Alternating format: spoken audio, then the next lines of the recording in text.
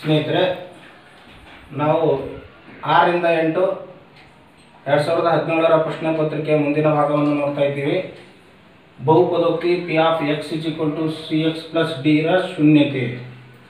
ಒಂದು ಬಹುಪದೋಕ್ತಿಯ ಶೂನ್ಯತೆ ಆಗಬೇಕಾಯ್ತು ಅಂತಂದ್ರೆ p of X is equal to 0 ಆಗಬೇಕು. ಅಂದಾಗ p of X is equal to 0 ಆದಾಗ c x plus d is equal to 0. ಹಿಂಗೆ ಬರಿಬೋದು ನಾವು, c x plus d is equal to p of x ಅಂದಾಗ p of X is equal to ಏನಾಗಿದೆ 0 ಅಂದರೆ P of X is equal to 0. ಅವಾಗ C X is equal to minus D, X is equal to minus D by C. ಅಂದರೆ ಬಹುಪದೋಕ್ತಿಯ ಶೂನ್ಯತೆ minus D by C. ಇದು X dash X Y dash Y. ಇದು X ಅಕ್ಷ, ಇದು Y ಅಕ್ಷ. ದತ್ತ ಚಿತ್ರದಲ್ಲಿ ಎಫ್ ಆಫ್ ಎಕ್ಸ್ -2 ಮತ್ತು 2 ಪಟಾಣಿರಿ -2 ಗಳ ಶೂನ್ಯತೆಗಳ ಸಂಖ್ಯೆ ಅಂತ ಕೇಳ. ಶೂನ್ಯತೆಗಳ ಸಂಖ್ಯೆ ಅಂತ ನಾವು ಹೇಳಬೇಕಾಯ್ತು ಅಂತಂದ್ರೆ ಈ ರೇಖೆಯು ಆ ಕೊಟ್ಟಂತಹ ಬಿಂದುಗಳ ಮಧ್ಯದಲ್ಲಿ ಎಕ್ಸ್ ಅಕ್ಷವನ್ನು ಎಷ್ಟು ಬಾರಿ ಛೇದಿಸಿದೆಯೋ ಅಷ್ಟು ಶೂನ್ಯತೆಗಳನ್ನು ಈ ಬಹುಪದೋಕ್ತಿಯು ಹೊಂದಿರುತ್ತದೆ. ಅಂದಾಗ ಇಲ್ಲಿ -2 ಇಲ್ಲಿ 2 ಇವೆರಡರ ಮಧ್ಯದಲ್ಲಿ ಈ ರೇಖೆಯು ಈ ಎಕ್ಸ್ ಅಕ್ಷವನ್ನು 2 ಬಿಂದುಗಳಲ್ಲಿ ಛೇದಿಸಿದೆ. ಆದ್ದರಿಂದ ಈ ರೇಖೆಯಲ್ಲಿ ಬಹುಪದೋಕ್ತಿಗಳ ಶೂನ್ಯತೆಯ ಸಂಖ್ಯೆಯು 2. ಮೂಲ ಬಿಂದು ಓ ಮೂಲಕ ಎಷ್ಟು ರೇಖೆಗಳು ಹಾದು ಹೋಗಬಹುದು? ಈ ಮೂಲ ಬಿಂದು ಓ, ಈ ಬಿಂದುವಿನಿಂದ ಎಷ್ಟು ರೇಖೆಗಳು ಹಾದು ಹೋಗುತ್ತವೆ ಅಂತ ಕೇಳ್ತಾರೆ. 1 2 4 ಅನಂತ. ಇದೇನು ನೋಡ್ತೀವಿ ಅಂದ್ರೆ y is equal to M X plus B. B is equal to 0 ಆದಾಗ y is equal to M X ಆಗ್ತದೆ. ಎಕ್ಸ್ ಬೆಲೆ ಹೆಚ್ಚಾಗ್ತಾ ಹೋದಾಗ y ಬೆಲೆ, ಎಕ್ಸ್ ಬೆಲೆ ನಾವು ಇಡ್ತಾ ಹೋದಾಗ y ಬೆಲೆ ಬರ್ತಾ ಹೋಗ್ತವೆ. ಆದ್ದರಿಂದ ಈ ಮೂಲ ಬಿಂದುವಿನಿಂದ ಅನಂತ ರೇಖೆಗಳು ಹಾದು ಹೋಗುತ್ತವೆ. ಮೂಲ ಬಿಂದುವಿನಿಂದ ಅನಂತ ಎಷ್ಟು ರೇಖೆಗಳು ಹಾದು ಹೋಗಬಹುದು ಅಂತ ಕೇಳಿದ್ರೆ ಅನಂತ ರೇಖೆಗಳು ಹಾದು ಹೋಗಬಹುದು. ತ್ರಿಭುಜದ ಲಂಬ ರೇಖೆಗಳು ಒಂದಕ್ಕೊಂದು ಛೇದಿಸಿ ಸೇರಿಸುವ ಬಿಂದು. ಒಂದು ತ್ರಿಭುಜದಲ್ಲಿ ಲಂಬ ರೇಖೆಗಳು ಛೇದಿಸುವ ಬಿಂದು ಅದಕ್ಕೇನಂತ ಕರಿತೀವಿ ನಾವು ಅಂತಂದ್ರೆ ಲಂಬ ಕೇಂದ್ರ ಅಂತ ಕರೀತಾರೆ. ಛೇದಿಸುವ ತ್ರಿಭುಜದ ಲಂಬ ರೇಖೆಗಳು ಒಂದಕ್ಕೊಂದು ಛೇದಿಸಿ ಸೇರಿಸುವ ಬಿಂದು ಲಂಬ ಕೇಂದ್ರ. ಲಂಬ ಕೇಂದ್ರವು ಲಘುಕೋನ ತ್ರಿಭುಜದಲ್ಲಿ ತ್ರಿಭುಜದ ಒಳಗಡೆ ಇರ್ತದೆ. ವಿಶಾಲ ಕೋನ ತ್ರಿಭುಜದಲ್ಲಿ ಈ ಲಂಬ ಕೇಂದ್ರವು ತ್ರಿಭುಜದ ಹೊರಗಡೆ ಬರ್ತದೆ.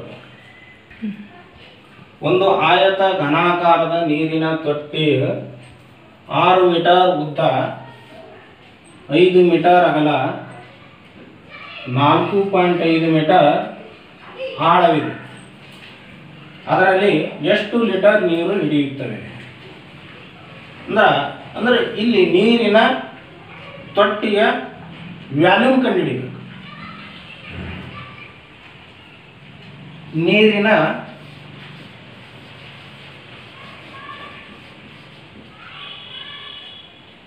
ತೊಟ್ಟಿಯ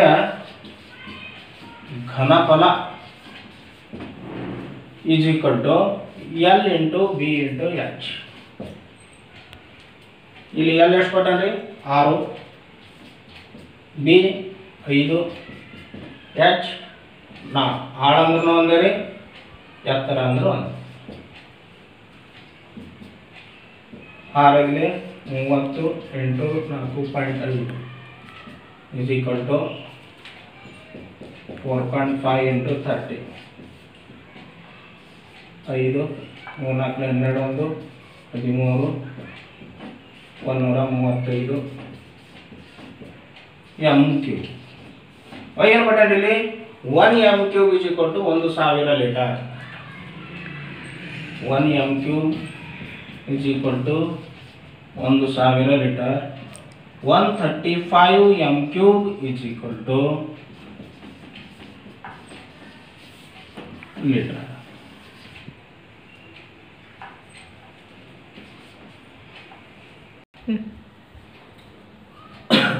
ನೋಡಿ ಸ್ನೇಹಿತರೆ, ಇದು 2017ರ ಪ್ರಶ್ನೆ ಪತ್ರಿಕೆಯಲ್ಲಿ 1 ಮಾರ್ಕ್ಸ್ ಒಂದು ಅಂಕದ ಪ್ರಶ್ನೆಗಳಲ್ಲಿ ಇದು ಕೊನೆಯ ಪ್ರಶ್ನೆ.